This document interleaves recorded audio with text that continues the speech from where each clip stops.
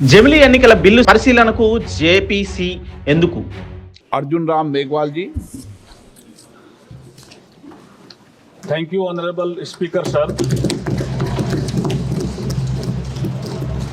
With your permission, I beg to move for leave to introduce the Constitution 129th Amendment Bill. అసలు ఈ committee ఏం చేస్తుంది? కమిటీలో గరిష్టంగా 31 మంది సభ్యులకు అవకాశం.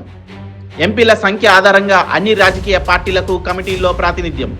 కమిటీల్లో చోటు దక్కని ఎంపీలు న్యాయ రాజ్యాంగ నిపుణుల నుంచి అభిప్రాయాల సేకరణ, సాధారణ పౌరుల స్పందనలు కూడా తెలుసుకోనున్న కమిటీ. అన్ని వివరాలు పరిశీలించి క్లాజుల వారీగా లోక్సభకు రిపోర్ట్ ఇవ్వనున్న జేపీసీ. పార్లమెంటు, అసెంబ్లీలకు ఏకకాలంలో ఎన్నికలు నిర్వహించేందుకు ఉద్దేశించిన జమిలీ ఎన్నికల బిల్లులను కేంద్ర ప్రభుత్వం నిన్న మంగళవారం లోక్సభలో ప్రవేశపెట్టిన విషయం తెలిసిందే. విపక్షాలు తీవ్రంగా వ్యతిరేకించిన ఈ ప్రతిపాదన 129 సవరణ చట్టం బిల్లు కేంద్ర పాలిత ప్రాంతంలో ఎన్నికల నిర్వహణ బిల్లుల విస్తృత పరిశీలన కోసం సంయుక్త పార్లమెంటరీ కమిటీ జేపీసీ పంపుతూ లోక్సభ నిర్ణయించింది. అయితే జేపీసీని ఎలా ఏర్పాటు చేస్తారు, ఈ కమిటీ ఏం చేస్తుంది అని అంశాలు ఆసక్తికరంగా మారాయి. పార్లమెంట్లో ఉన్న ఎంపీల సంఖ్య ఆధారంగా అన్ని రాజకీయ పార్టీలకు చెందిన చట్ట సభ్యులను కమిటీలోకి తీసుకుంటారు. రాజ్యసభ సభ్యులు కూడా కమిటీలో ఉంటారు. అత్యధిక సంఖ్యలో ఎంపీలను కలిగి ఉన్న పార్టీకి కమిటీ చైర్మన్ బాధ్యతలు అప్పగిస్తారు. ప్రస్తుతం ఆ అవకాశం బీజేపీకి దక్కనుంది. అంతేకాదు, కమిటీలో ఎక్కువ మంది సభ్యులకు కూడా ఆ పార్టీకి చెందిన వారే ఉండనున్నారు. జేపీసీలో గరిష్టంగా 31 మంది సభ్యులు ఉండవచ్చు.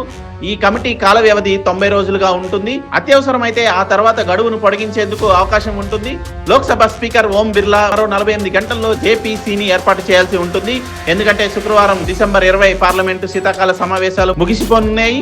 ఈలోగా కమిటీ ఏర్పాటు చేయకపోతే బిల్లు మురిగిపోతుంది. అలా జరిగితే తదుపరి పార్లమెంట్ సెషన్లో బిల్లుని తిరిగి ప్రవేశపెట్టాల్సి ఉంటుంది. జేపీసీ ఏం చేస్తుంది?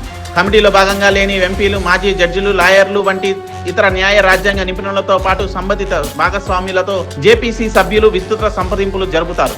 బిల్లులు చట్టంగా మారితే ఎన్నికలు నిర్వహించాల్సిన ఎలక్షన్ కమిషన్ మాజీ సభ్యులను కూడా సంప్రదించి అభిప్రాయాలు తీసుకుంటారు. అన్ని రాష్ట్రాల అసెంబ్లీ స్పీకర్లను కూడా సంప్రదించే అవకాశం ఉన్నట్లు తెలుస్తోంది. ఇక సాధారణ జనాల నుంచి అభిప్రాయాలు తీసుకుంటారు.